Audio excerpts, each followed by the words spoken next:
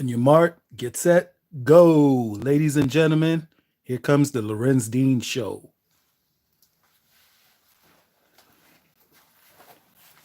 What's going on, everybody? We're back at it again. So, what's the topic for today? Brutus the Barber Beefcake, a couple hours ago, he shot on Hulk Hogan. They interviewed him. This was actually, I'll pull it up now. This was actually, you could catch the whole interview on Inside the Ropes. It was a pretty interesting shoot interview. Um, Brutus the Beefcake said some real questionable things. Mind you, I'm not a Hogan fan.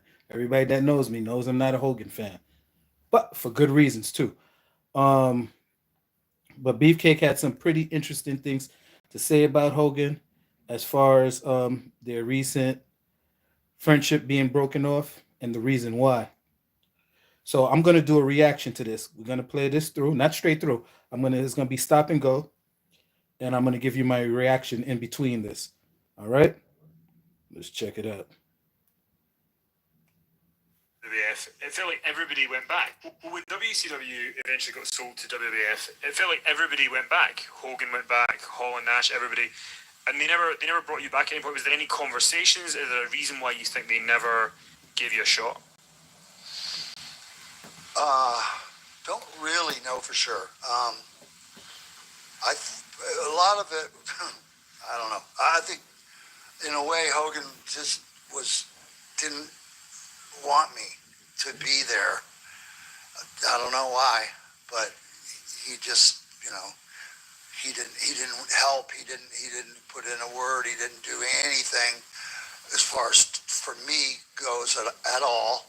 And he had Vince's ear, so whatever he would suggest, whatever he said, that's what they were doing and stuff, So I don't know what happened, but he didn't help. Do you think because obviously your association with Hogan over the years, there was lots of good points to it, and there was kind of bad points to it. Overall, do you think the association helped you or hurt you? Both ways.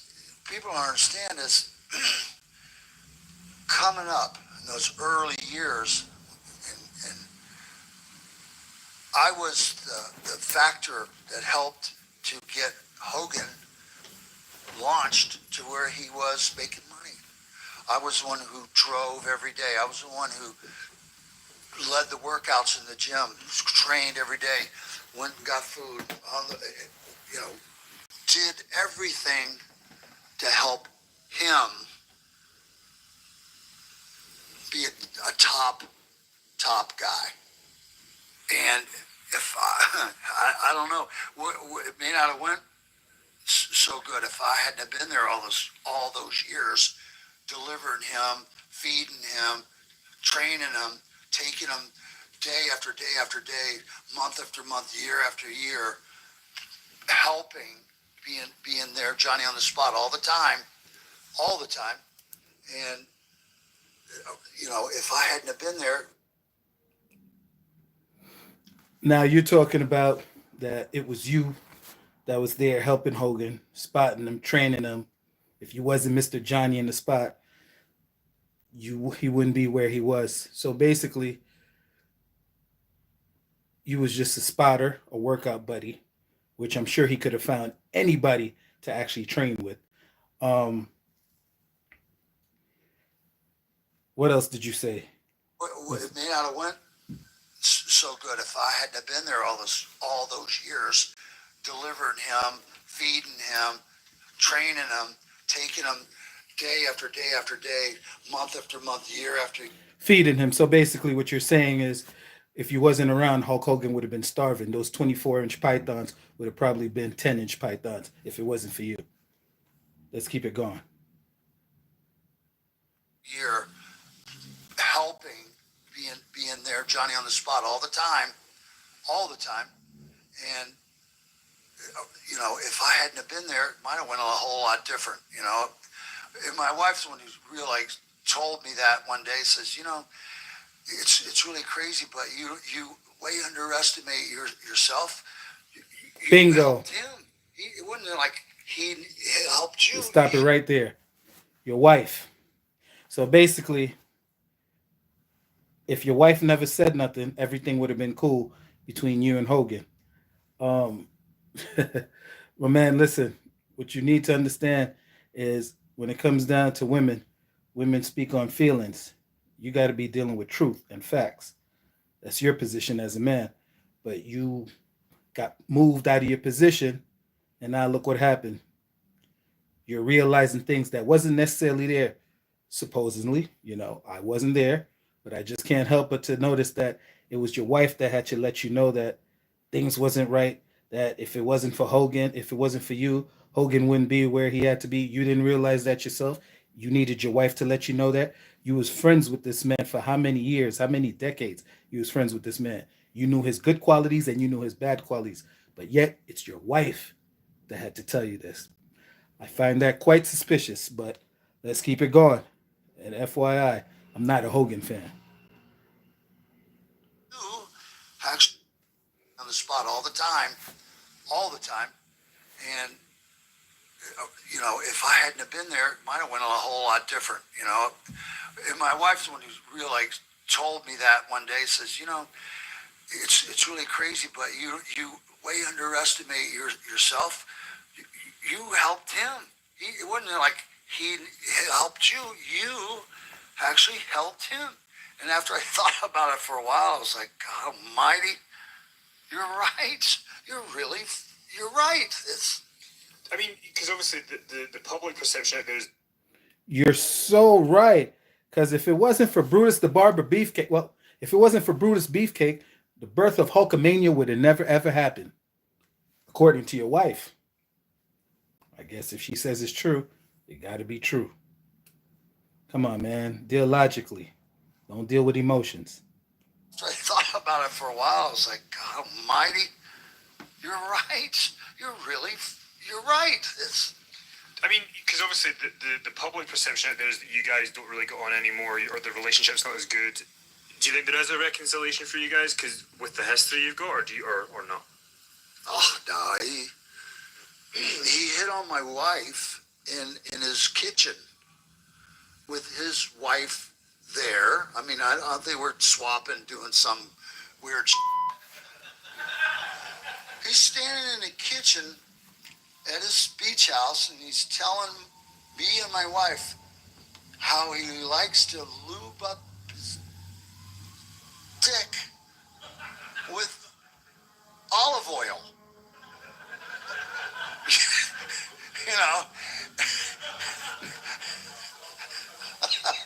And you. Now, this is so funny. Number one, it was your wife and Hogan's wife there. Now, again, you've been friends with this man for how long? I even knew that Hogan was into that swinger lifestyle. So don't act surprised, allegedly, if that was said to your wife. Now, keep in mind, you knew the type of person that Hogan is. Now, for you to bring him around your wife, I blame you for that. I don't really blame Hogan for that. I blame you. Hogan was just being Hogan. Let's just be honest. Hogan was just being Hogan, and you, my friend, you got treated like a joke, a big joke, and that's going to be a common theme as this interview continues. As this shoot continues, you're going to see what I mean when I say Brutus the Barber Beefcake is nothing but a joke. Let's continue. Oh, and my wife is from Boston, and she don't mince words, and she basically told him where to get off that, and told him, she says, I'm only here for one reason. That's Brutus Beefcake. She says, I came because I wanted to meet Terry Bollea, my husband's friend, lifelong friend. That's who I wanted to meet. She says, I don't know or care who Hulk Hogan is at all. And I guess his ego was so bruised, he couldn't even face her again. So basically, he said, Brutus, you're welcome. You can come over, but don't bring your wife. It's like, yeah, that doesn't really work for me, pal. So, have a nice day. And after that, he had a murder, 14 back operations, had both his hips replaced, had both his knees replaced. Basically, you're mentioning that he had all this stuff done physically as far as knee surgery, back surgery, because that was karma, because yada, yada, yada. He tried kicking it to your wife. Listen, could it be possible that your wife was trying to cause dissension amongst the ranks? Could that be possible? You involve women in your business, man. This is what you get. You get things that don't add up, answers that don't answer, questions, well, answers that don't explain. You get things that never add up. Let me tell you something. Your wife pretty much painted you into a corner that made you look like a fool, and you brought into that. If I was you, I mean, not for nothing, this man Hogan seems like he looked out for your best interests from day one. I mean, me personally, again, I'm not a Hogan fan, but from what it looks like he looked out for your best interests since day one. And now all of a sudden, you got the wife involved, and now he tried flirting with your wife. Could it have been your wife was being a little flirtatious? I mean, again, you know the type of person that Hogan is. You know he was into that swingers lifestyle. And this is not me making it up. This has been well noted. Well noted. I mean, this was during the time when he was going through a situation with his son. This was even before he said the N word, as far as with that whole situation that happened a couple of years ago, that he had gotten kicked out and erased from the face of the world of professional wrestling. Um, but yeah, you know Hogan very well. So for you to act surprised and to say, "Oh, it's your wife that put you onto this," you wouldn't have never had this revelation if it wasn't for your wife. That's bullshit. Let's go. Fell apart. And I was like, I was glad I wasn't part of it. I enjoyed being out of it for a while. I mean, we had great years. It was a tremendous story, and I thought we would always be friends forever. And he turned his back on me, and that's it, basically. And I said, it's too bad, but it ain't gonna change my life. I love my wife, and she's the best, and I do it everything exactly the same. I do it all again, and to hell with them.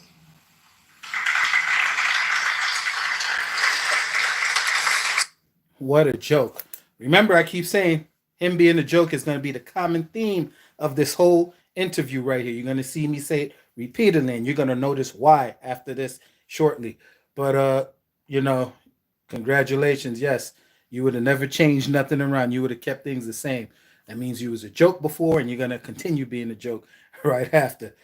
Beefcake, man, you got a lot to learn, my man. You got a lot to learn. I mean, if things was never broken between you and this man, and all of a sudden your wife gets involved, and now things become a little shaky, I don't know. You tell me. But let's keep going, shall we? So, my last question for you is, you end up in 2019 going into the Hall of Fame with WWE, and for years, there was, you've talked to us, there was no mention of you, really. There was no, you weren't in video games, you would have action figures because you made a deal with, like, the toy company, but you were just never really acknowledged. So, how did it come about that you kind of were back in the fold? What did it mean to you, if anything, to come back? And what was the experience like at the Hall of Fame? The Hall of Fame thing, somebody had pranked me in 2009, I think it was. They called from the... Somebody had pranked you. You see what I'm talking about you being a joke? Now you got people from the office pranking you, and it probably wasn't even one of the boys. It was one of those office workers. They found liberty as far as taking you for a joke. Now this is what I was talking about. Now, a lot of you fans, you Bruce the Barber Beefcake fans, y'all feeling offended? Well, let me tell you something.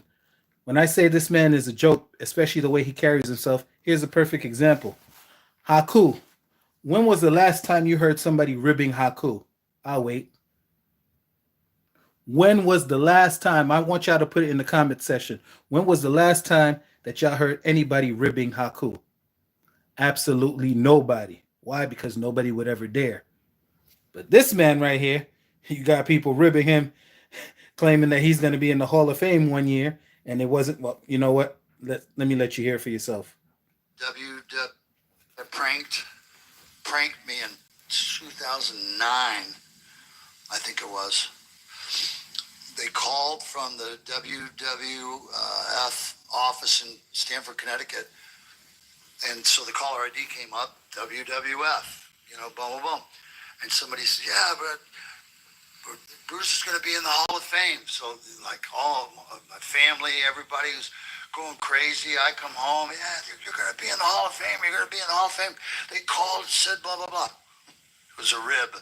Somebody somebody pranking me from the WWF headquarters. And, the family is all like crushed, and somebody would. Of course, you're a clown. You're a clown. Nobody's taking you seriously. You're the butt of everybody's joke. Are you surprised?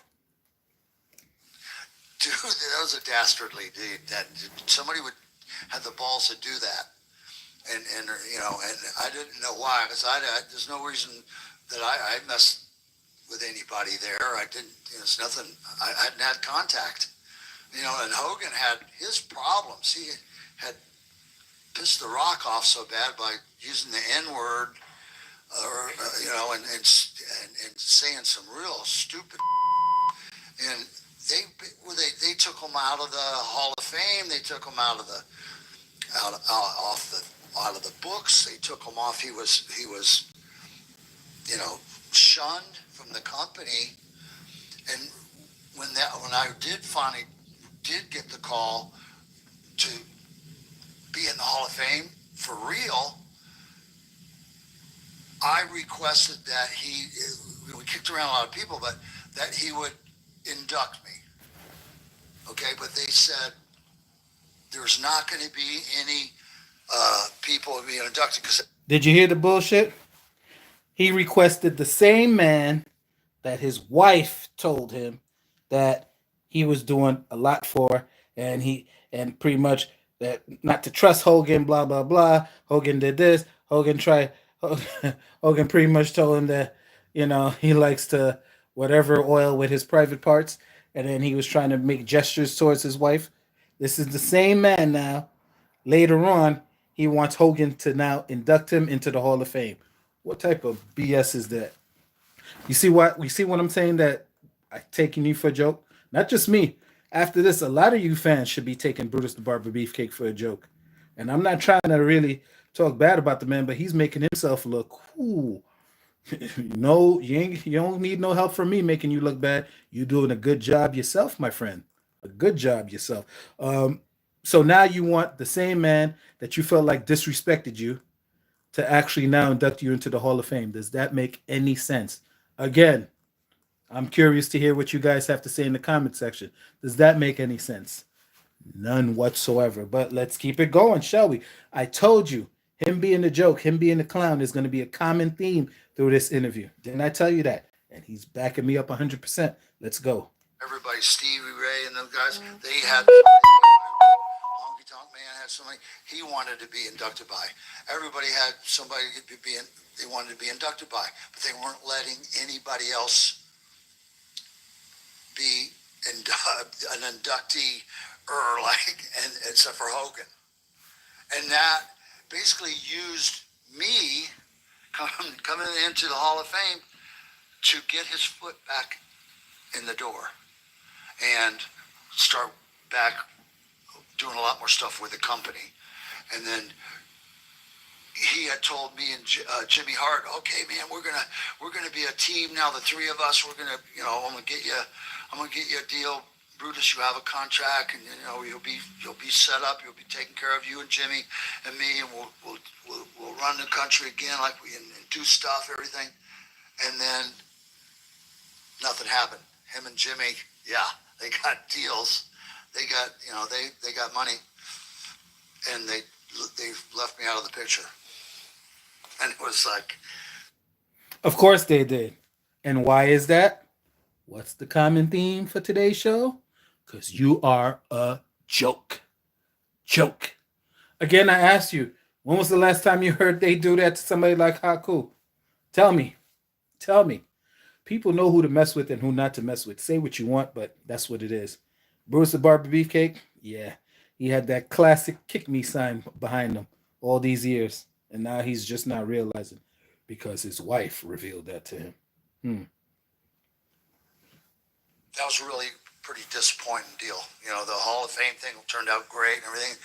The Sports Illustrated had they wanted to announce me on TV, do a special thing. They were trying to build it up real big and make it real cool, and then nothing. It was, and hey. That sounds like the sound effect of your career after Hogan was done. I just had to chime in with that one, but let me continue. I'm still happy, still healthy, still doing my thing, and you know what?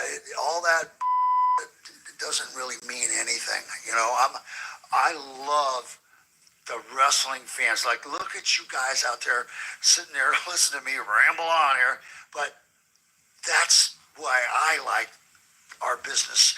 Seeing you guys, getting to hang out with you, getting to talk with you, answer questions, take pictures. Hogan doesn't like to do that. He doesn't want to be around you. He doesn't want to do. You know, he's only there if he can get $300 per signature, or $500, or some ridiculous amount of money, and then he takes off. You know, he doesn't really want to be intimate with the fans and talk one-on-one or whatever. And that's why should he, brother? We parted ways on that kind of thing, because I love the fans are what makes us in this business. It's the loyalty of the fans, always coming out, always going, buying that magazine, getting that action figure, renting that DVD or something. And it's the fans that make our business so incredibly great and so fun. And you know, and to me, this is why I keep, you know, just keep on keeping on, and just I get to come out and hang out with you guys. Sound pathetic. That is the most pathetic speech I've heard in my life.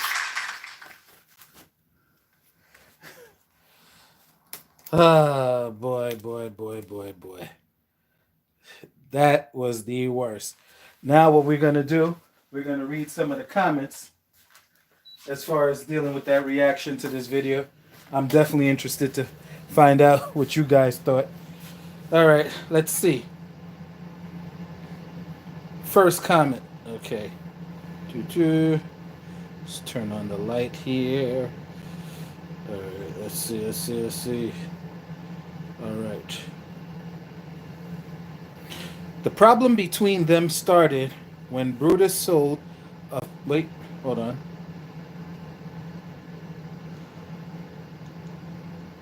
Okay. Is that the first question? Okay. All right. What?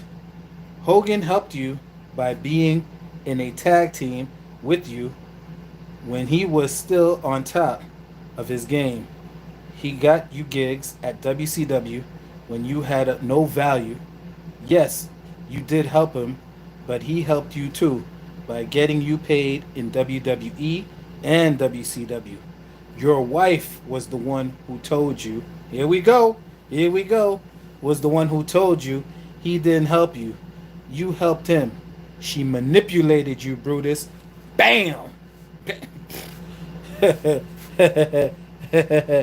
think I'm making this up? You really think I'm making this up? Come on, stop playing games.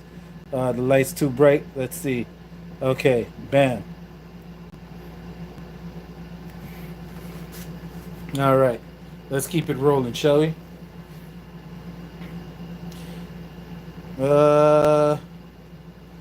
Let's see. Hanger on, he's lucky. He's lucky Hulk had him as a friend, as he wouldn't have really had half of the career without Hulkster. Again, I'm not a Hogan fan, but I have to agree. I helped Hogan become what he did. I helped Hogan become what he did. I drove him, got him food, led workouts. So basically, you were a butler. But you see what I'm talking about? But you see what I'm talking about? Even these fans, they seeing right through the bullshit. I mean, it's this is coming from the guy whom Hogan forced every company he worked with to sign with him. Nobody wanted to work with this man, but Hogan made sure he was taken care of. Now, let me see. Now his wife is saying Hogan didn't help him. How times flies and how people become ungrateful. This man literally had 50 gimmicks. The barber, the disciple, the booty man, the guy who can't speak, etc. My God, Brutus. Oh my God. Damn. These fans are killing you. Not me. These fans are killing you. My bullshit meter is going off. Come on. Come on. Come on. Let's keep it going. The problem between them started when Brutus sold a forged Hogan autograph to the fans, and this angered Hogan a lot. This angered Hogan a lot, and this was the beginning of the real problem between them. And now comes here and lies, and now he comes here and lies and claims that he loves the fans for free. Yeah, I know that sounds like a song and dance right there. While he forged Hogan's autographs to sell it and make a profit. Damn.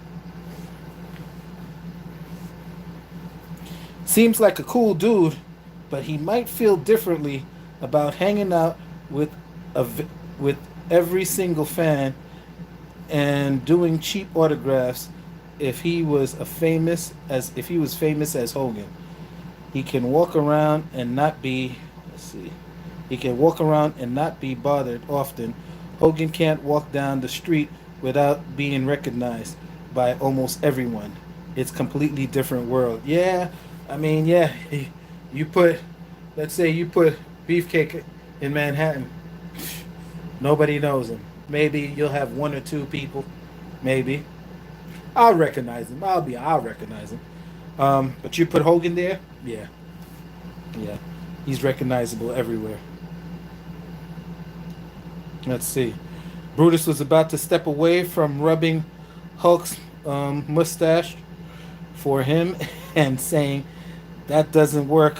That doesn't work for him, brother. Let's see. Hogan could have replaced Brutus by getting another workout partner. Exactly. So by you mentioning you worked out with him, you brought him food. You act like this man was gonna starve if you wasn't there getting him food. You act like he would have had 10-inch pythons if you wasn't there working out. He could have easily found a workout partner. That's the least of his problem.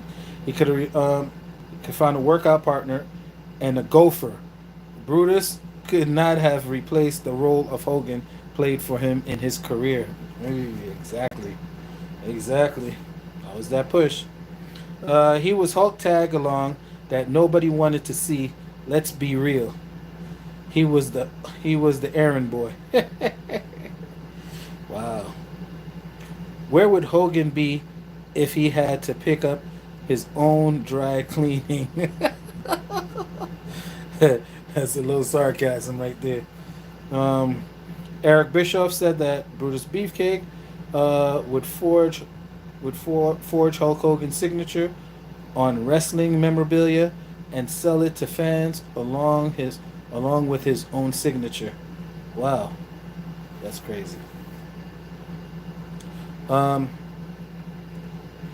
Fantasyland, Brutus, and you live on it. Okay. I think Brutus is a little over the edge for the way he's saying things. However, I will say I feel bad because he seems like he viewed Hulk as a real friend. Seems like Hogan saw Brutus as a work buddy. I go with what the fan said prior, like a gopher. Oh man! All right, this is my last one. There's quite a few of them. Beefcake was nothing but a jobber with the right friend. No way a main eventer.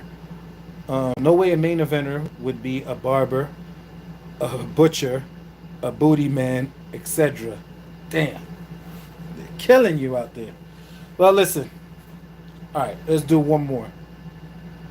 This guy sucks. This guy sucked as a wrestler, and Hulk carried him on his back for years in wrestling and TV shows, and this is how he repays Hulk. And I'm not a Hogan fan. Just call bullshit whenever I see it. Couldn't have said it better myself. Shit. If I didn't know any better, I thought I'd written that myself. But yeah. So, listen, guys.